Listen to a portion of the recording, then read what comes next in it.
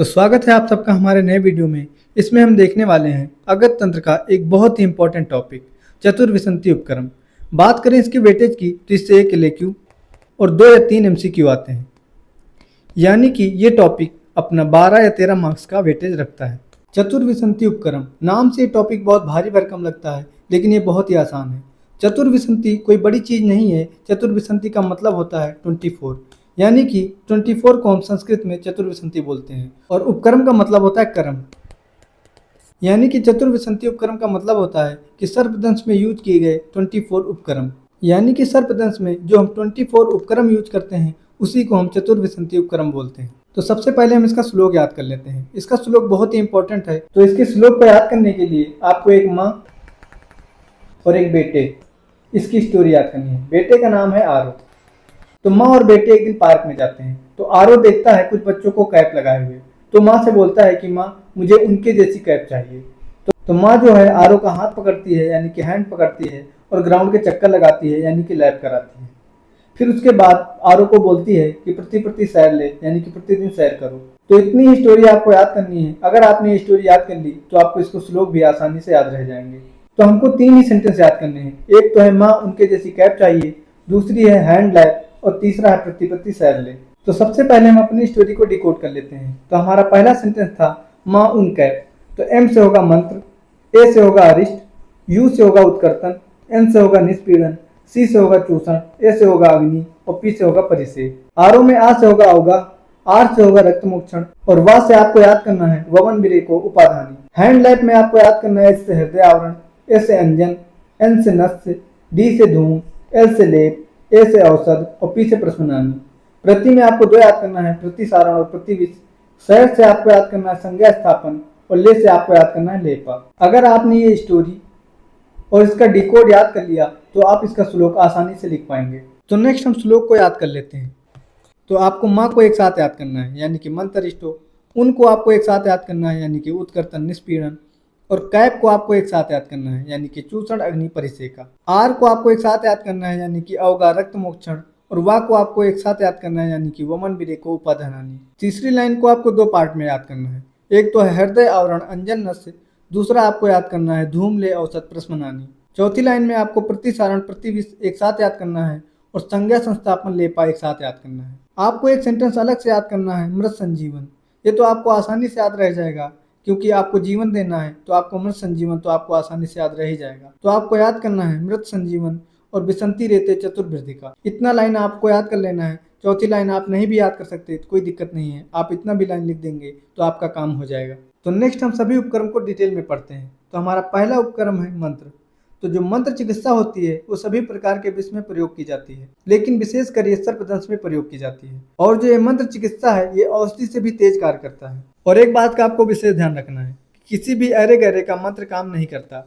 इसके लिए जो चिकित्सक है उसको सत्यवादी होना चाहिए, तपस्वी होना चाहिए, और ब्रह्म ऋषि द्वारा जो सिद्ध मंत्र होते हैं वो कभी भी व्यर्थ नहीं जाते हैं। यानी कि जो चिकित्सक है उसको स्त्रियों से दूर रहना चाहिए, मांस का सेवन नहीं करना चाहिए, मदिरा का सेवन नहीं करना चाहिए, सदैव अल्प आहार ले, और अपने शरीर को स्वच्छ बनाए रखे, और कुश और घास के बिस्तर पर सोए। और जब भी हम अरिष्ट बंधन को मंत्र के साथ प्रयोग करते हैं तो विष का फैलाव रुक जाता है और रोगी का जीवन सुरक्षित हो जाता है। हमारा नेक्स्ट उपक्रम है अरिष्ट बंधन, यानी कि लाइगेचर। यानी कि जब भी सर्पदंश होता है तो जो विष होता है वो ब्लड के साथ मिलकर पूरे शरीर में फैल जाता है। तो इसी फैलाव को रोकने के लिए हम क्या करते हैं कि कपड़े से बांध देते हैं, यानी कि 10 स्थान से 4 अंगुल दूर अरिष्ट बंधन करते हैं।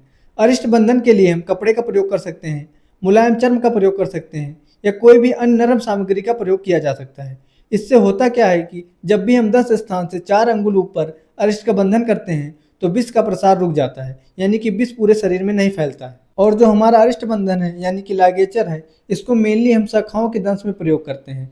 शाखाओं का मतलब होता है कि हमारे हाथ और पैर, यानी कि जब हमारे हाथ या पैर में दंश होता है तब हम अरिष्ट बंधन का प्रयोग करते हैं। तो एक बात का आपको विशेष ध्यान रखना है कि जो हमारा बंधन है वो बहुत ज़्यादा टाइट ना हो, यानी कि अति तंग ना हो। इससे होता क्या है कि रक्त का प्रवाह रुक सकता है और वहाँ पर स्वेलिंग हो जाएगी, और बाद में गैंग्रीन भी हो सकता है। और आपको बहुत लूज भी नहीं करना, क्योंकि अगर आप लूज कर देंगे तो आपको अरिष्ट बंधन करने का कोई मतलब ही नहीं है, क्योंकि विष फैल जाएगा, पूरे शरीर में फैल जाएगा। इसलिए आपको उचित प्रॉपर बंधन करना है ताकि विष का नियंत्रण हो और जीवन की रक्षा हो सके। हमारे आचार्य ने इसको एक उपमा देकर समझाया है कि जिस प्रकार हम बांध के द्वारा जल के प्रवाह को रोकते हैं, उसी प्रकार अगर उचित अरिष्ट बंधन हुआ तो वो विष के बहाव को रोक देता है और जीवन की रक्षा की जा सकती है। और आपको एक बात का विशेष ध्यान रखना है कि कभी भी अरिष्ट बंधन मर्म पर, मृदु पार्ट पर और मांसल स्थानों पर नहीं करना चाहिए। हमारा नेक्स्ट उपक्रम है उत्कर्तन। उत्कर्तन में आपको कट से याद करना है कट, यानी कि इसमें हम कट लगाते हैं। यानी कि उत्कर्तन में हम दंश स्थान पर, यानी कि जिस स्थान पर सर्प ने दसा है वहां पर हम छेदन करते हैं या फिर चीरा लगाते हैं, जिससे विष आगे नहीं बढ़ पाता और वो नष्ट हो जाता है और जीवन की रक्षा हो जाती है। उत्कर्तन को हमारे आचार्य ने एक उपमा देकर समझाया है कि जिस प्रकार पेड़ की जड़ें काटने पर पेड़ नष्ट हो जाता है, उसी प्रकार दंश स्थान पर जब हम उत्कर्तन यानी कि कट लगाते हैं तो विष का मार्ग रुक जाता है और विष नष्ट हो जाता है। यानी कि उत्कर्तन का मुख्य उद्देश्य होता है कि विष को हम मर्म स्थानों तक पहुंचने ही न दें और जीवन की रक्षा हो सके। और एक बात का आपको विशेष ध्यान रखना है कि उत्कर्तन यानी कट आपको मर्म स्थान पर नहीं करना, संधि स्थान पर नहीं करना, क्योंकि आपने इस जगह पर यदि कट लगा दिया तो विकलांगता हो सकती है या फिर मृत्यु भी हो सकती है। हमारा नेक्स्ट उपक्रम है निष्पीड़न। निष्पीड़न में आपको पीड़ से याद करना है प्रेस और प्रेस से आपको याद करना है कंप्रेस। यानी कि निष्पीड़न का मतलब होता है कंप्रेशन, यानी कि दबाना। और एक बात का आपको विशेष ध्यान रखना है कि जो निष्पीड़न होता है वो उत्कर्तन का अल्टरनेटिव होता है। यानी कि जहाँ पर हम उत्कर्तन यानी कि चीरा नहीं लगा सकते वहाँ पर हम निष्पीड़न का प्रयोग कर सकते हैं, यानी कि प्रेस करते हैं, कंप्रेस करते हैं। इसको हमारे आचार्य वाग्भट ने उपमा देकर समझाया है कि जिस प्रकार अंकुरित होने से पूर्व बीज का नष्ट हो जाता है, वैसे ही निष्पीड़न यानी कि दबाने से विष का नाश हो जाता है। यानी कि दंश स्थान पर हम दबा दबा कर विष को बाहर निकाल देते हैं, जिससे विष पूरे शरीर में फैले ना। हमारा नेक्स्ट उपक्रम है चूषण यानी कि सक्शन करना।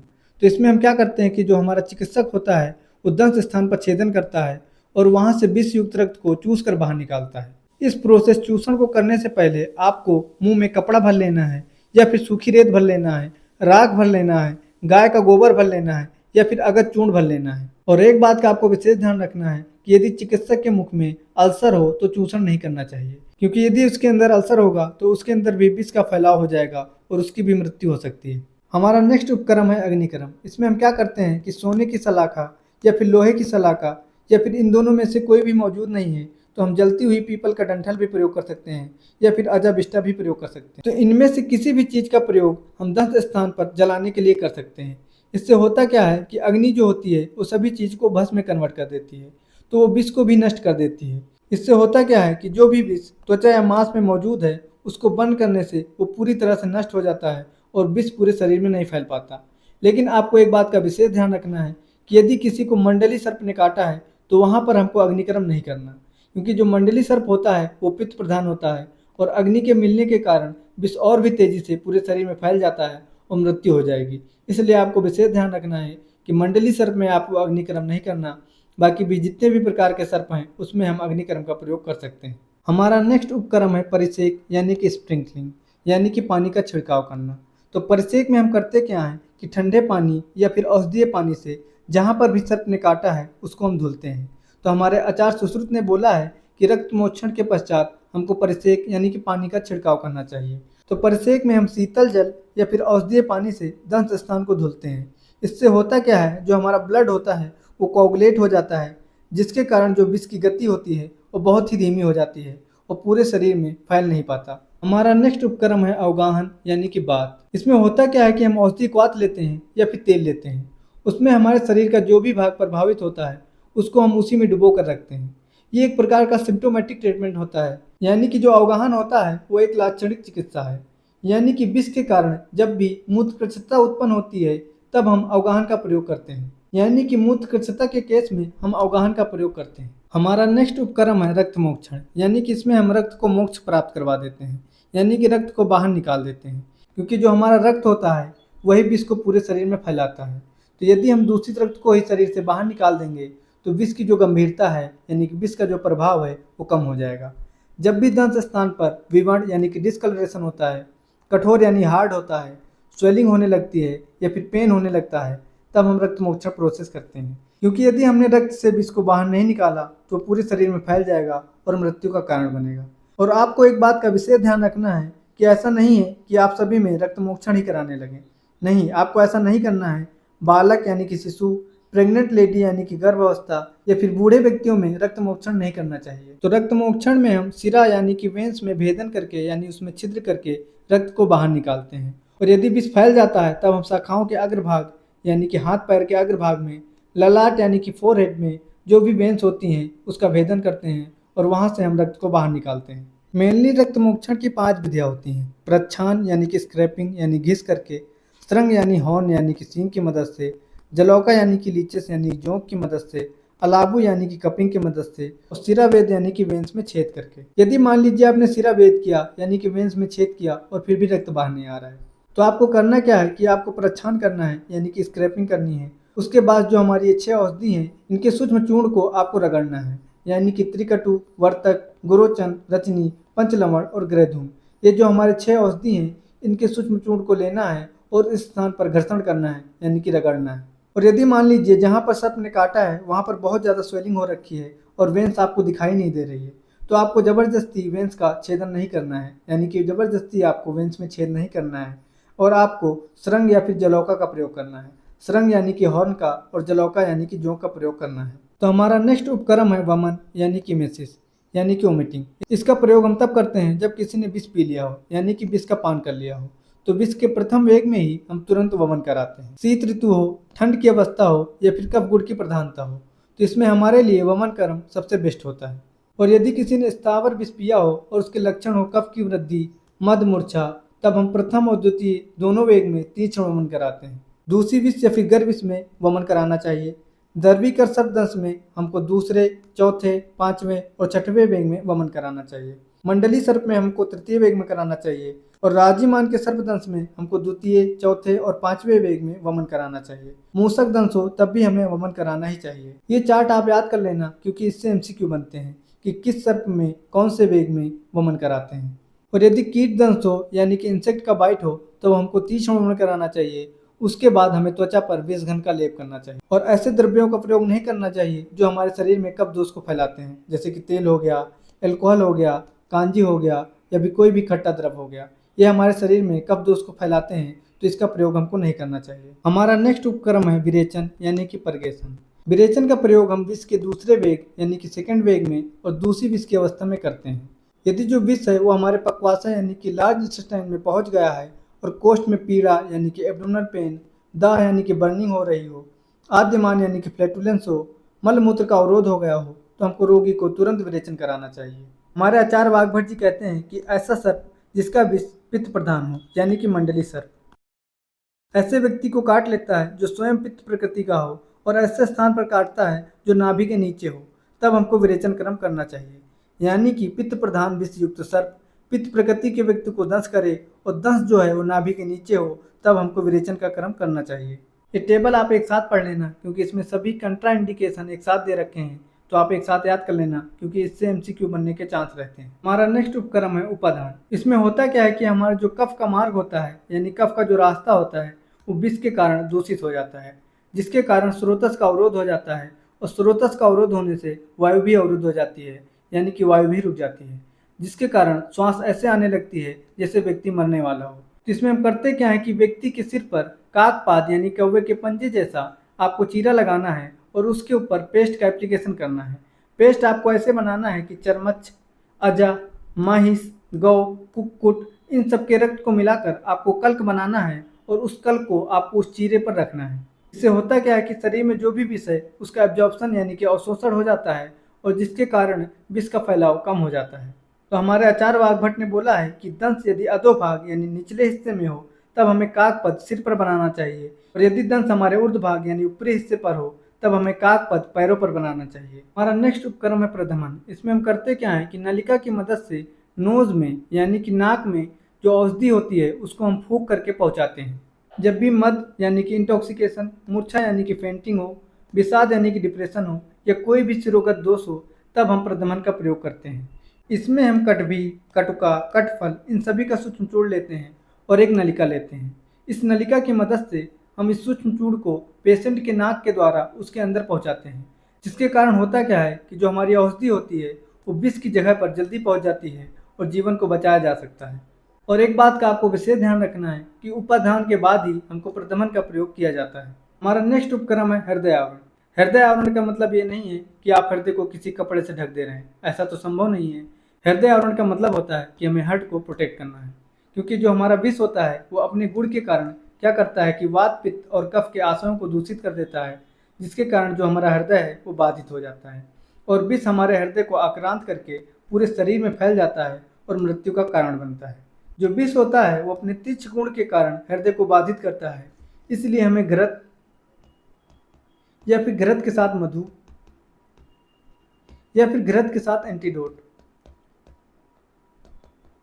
यानी कि प्रतिविष,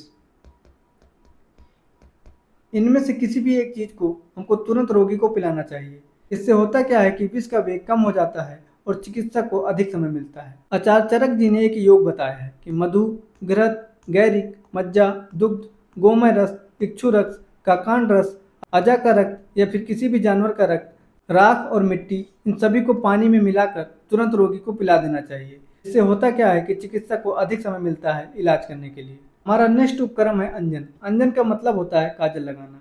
अब जाहिर सी बात है अंजन का प्रयोग हम तब करेंगे जब आंखों में कोई दिक्कत हो, यानी कि यदि पेशेंट को नींद आ रही हो, नेत्रों में शोथ यानी कि स्वेलिंग हो गई हो, आंखें विवर्ण हो गई हो यानी कि डिफरेंट कलर की हो गई हो, या फिर जो पेशेंट है वो डिफरेंट वर्ड को देखता हो यानी विभिन्न वर्ड को देखता हो, तब हम अंजन का प्रयोग कर सकते हैं। वाघभट्ट ने एक फार्मूलेशन बताया है कि पिपली, मरीच, यवछार, वचा, सैंधव, सिगरू, रोहित मछली इसके पित्त में मिलाकर आपको आंखों में लगाना है, यानी कि इसका अंजन बनाकर आपको आंखों में लगाना है। इससे होता क्या है कि नेत्रों में जो विष होगा वो नष्ट हो जाएगा। एक प्रिकॉशन दे रखा है कि तीक्ष्ण नष्ट या फिर अंजन के बाद हमको तुरंत मात्रा में घृत का सेवन कराना चाहिए। क्यों कराना चाहिए? क्योंकि तीक्ष्ण गुण के कारण जो विष होता है वो नेत्रों में रुक्षता पैदा कर देता है और उसको नष्ट कर देता है। इसलिए आपको तीक्ष्ण नष्ट या फिर अंजन के बाद अधिक मात्रा में घी का सेवन कराना चाहिए। हमारा नेक्स्ट उपक्रम है नस यानी कि नेजल मेडिकेशन। इसमें आचार्य चरक जी ने बताया है कि जब भी हमें नाक, आँख, कान, जीभ, गले में अवरोध हो तब हमें वर्ताक, पीचपुर, ज्योतिष्मती इन सभी द्रव्यों का प्रयोग नस में करना चाहिए। आचार्य सुश्रुत के अनुसार शिरोरुजा, गौरव, आलस्य, हनुस्तंभ, मन्यास्तंभ, गलगरे इन सभी में नस का प्रयोग करना चाहिए। जब भी सिर में विष का प्रभाव हो तो बंधुजीवा, भारंगी, काली, तुलसी, पिपली, हींग, वृषकली, मनसिला, शिरीष बीज, अपामार इन सब का जो सूक्ष्म चूर्ण है वो हमें चेतना के लिए प्रदमन नस के तौर पर देना चाहिए। आप इसमें से 2-2, 3-3 मेडिसिन याद कर लेंगे तब आपका काम हो जाएगा। हमारा नेक्स्ट उपक्रम है धूम यानी कि औषधीय धुआं। होता क्या है कि विष के बढ़ने के कारण सभी स्रोतस में अवरुद्ध उत्पन्न होता है, तो जब भी हम औषधीय धुआं का प्रयोग करते हैं तो सभी स्रोतस अनअवरोधित हो जाते हैं यानी कि खुल जाते हैं। क्योंकि जब भी विष बढ़ जाता है तो सभी स्रोतस में अवरुद्ध उत्पन्न कर देता है, और जब भी हम औषधीय धूम का प्रयोग करते हैं तो सभी चैनल्स को यानी कि स्रोतस को पुनः खोल देता है यानी कि अनअवरोधित कर देता है। कुछ धूम योग बताए गए हैं यानी कि फ्यूमिगेशन फार्मूलेशन बताए गए हैं जिसका प्रयोग हमें धूम में करना है। तगर, कुष्ठ, भुजंग सर्प का सिर हो, शिरीष हो, इन सब का प्रयोग धुआं बनाकर हम सभी प्रकार के विष में और शोथ में प्रयोग करते हैं। लाक्षा, खस, तेजपत्र, गुग्गुल, भल्लातक, अर्जुन पुष्प, सर्जरस, श्वेत अपराजिता इन सभी को बराबर मात्रा में लेकर इनका धूम बनाकर हम सर्प में, मूसक में, लूता हुआ, कीट विष हुआ, इन सब के विष में हम इसका प्रयोग करते हैं। हमारा नेक्स्ट उपक्रम है लेह यानी कि लिंग टेस्ट। इसमें होता क्या है कि विष के प्रकोप के कारण वात की वृद्धि हो जाती है और मुख और गले सूख जाते हैं, तब हम अनुपान के तौर पर लेह का प्रयोग करते हैं। तब हम शहद या घी को अलग अलग या फिर मिलाकर लेह के तौर पर प्रयोग करते हैं ताकि विष के प्रभाव को कम किया जा सके। हमारा नेक्स्ट उपक्रम है औषध यानी कि सर्पदंश में हम औषधि का प्रयोग भी करते हैं। तो अलग अलग प्रकार के विष में हम अलग अलग औषधियों का प्रयोग आंतरिक रूप से करते हैं यानी कि उसको हम खाते हैं, जैसे कि अजीतागध हो गया, क्षारागध हो गया या फिर महागंध हस्तियागध हो गया। इन सब का प्रयोग हम सर्पदंश में या फिर विष में प्रयोग करते हैं। हमारा नेक्स्ट उपक्रम है प्रतिसारण यानी कि local application of medicated powder, यानी कि पाउडर का प्रयोग हम लोकल एप्लीकेशन के तौर पर करते हैं। तो होता क्या है कि जो हमारा विष होता है जब रक्त से मिल जाता है तो सभी प्रकार के टिश्यूओं को नष्ट कर देता है और मृत्यु का कारण बनता है। प्रतिसारण का प्रयोग हम तब करते हैं जब दंश वाले स्थान यानी कि जहाँ पर सर्प ने काटा है यदि वहाँ से ब्लड बाहर ही नहीं आ रहा हो, तब हम प्रतिसारण द्रव्यों के सूक्ष्म चूर्ण को यानी कि उसके सूखे पाउडर को घर्षण करके रक्त को बाहर निकालते हैं। हमारे प्रतिसारण द्रव्य हैं त्रिकटु यानी कि मरीच, शुंठी, पिपली, ग्रहधूम, रजनी, पंचलवण और वर्ताक। इनके सूक्ष्म चूर्ण का हम घर्षण के तौर पर प्रयोग करते हैं। हमारा नेक्स्ट उपक्रम है प्रतिविष यानी कि एंटीडोट। जब भी हमारी मंत्र चिकित्सा या फिर औषधि विफल हो जाती है यानी कि काम नहीं करती, तब हम 5वें वेग के बाद लेकिन 7वें वेग से पहले हम प्रतिविष का प्रयोग करते हैं। शरद ऋतु हुई या फिर बसंत ऋतु हुई या फिर सूर्योदय के बाद हम एंटीडोट का प्रयोग करते हैं। और यदि ग्रीष्म यानी कि गर्मी में आपातकालीन की स्थिति पैदा हो जाती है तो सबसे पहले हमें रोगी को शुद्ध करना है घृत से। उसके बाद हमें स्वस्थित भोजन कराना है। मन की शुद्धता की स्थिति को जांच कर हमें एंटीडोट का प्रयोग करना है। नेक्स्ट हम कुछ योग देख लेते हैं। सुरसा, हरिद्रा, दारू हरिद्रा, मधुका, कुष्ठ, गाय के पित्त या फिर शीरीष पुष्प, इन सबको काकांड रस में मिलाकर एक गुटिका तैयार की जाती है। और जो ये गुटिका होती है ये अमृत के समान होती है। छठवें वेग में हरिद्रा, गोपित, मंजिष्ठा, मरीच, पिप्पली, इन सभी को मिलाकर जीवन की रक्षा के लिए प्रयोग किया जाता है। नेक्स्ट हम देखते हैं कि यदि रोगी स्थावर विष से पीड़ित है तब हमें उसकी चिकित्सा जांगम विष से करनी चाहिए। यदि जांगम विष से पीड़ित है तब हमें उसकी चिकित्सा स्थावर विष से करना चाहिए। क्योंकि ये एक दूसरे के विरुद्ध गुण वाले होते हैं, इसलिए विष के प्रभाव को आपस में ही नष्ट कर देते हैं। क्योंकि जो हमारा स्थावर विष होता है वो कफ के समान गुण वाला होता है और जो इसका प्रसार होता है ये ऊर्ध्व दिशा की ओर होता है और इसका ट्रीटमेंट हमको जांगम विष से करना चाहिए। जांगम विष पित्त के समान गुण वाला होता है, इसका प्रसार अधोगति वाला होता है और इसका ट्रीटमेंट हमको स्थावर विष से करना चाहिए। नेक्स्ट एक प्रिकॉशन दे रखा है कि अगत का प्रयोग जीवन की रक्षा के लिए किया जाता है। लेकिन यदि अगत का प्रयोग ऐसा वैद्य कर रहा है जिसको कुछ जानकारी नहीं है तो अगत का प्रयोग विष के समान होता है। इसलिए हमें कुशल वैद्य के द्वारा ही अगत का प्रयोग करना चाहिए। हमारा नेक्स्ट उपक्रम है संज्ञा स्थापन। संज्ञा का मतलब होता है चेतना और स्थापना का मतलब होता है स्थापित करना, यानी कि चेतना स्थापित करना। यानी कि अचेतन मनुष्य में चेतना की स्थिति को पुनः प्राप्त करने को संज्ञा स्थापन बोलते हैं। आचार्य सुश्रुत जी का कहना है कि संज्ञा स्थापन के लिए औषधि के सूक्ष्म चूर्ण का तीक्ष्ण प्रदमन नस्य देना चाहिए। दूसरा स्टेप है कि हमें माथे पर और शाखाओं की सिराओं पर तुरंत सिरावेद करना चाहिए। और यदि पेशेंट का संज्ञा नाश हो गया हो, गर्दन झुक गई हो, नेत्र खुले रह गए हों, दृष्टि ऊपर हो गई हो या फिर रक्त स्वयं बाहर नहीं आ रहा हो, तब हमें तुरंत काकपथ के आकार का छेदन करना चाहिए।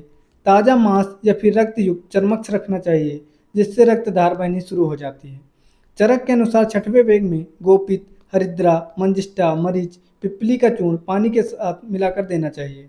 नेक्स्ट संज्ञा स्थापन के लिए हमको बताया गया है कि जो हमारे वाद्य यंत्र हैं जैसे कि नगाड़ा, ढोलक, इन सभी पर महागंध हस्ती अगत का लेप करना है और मरीज के समक्ष जाके उसको बजाना है।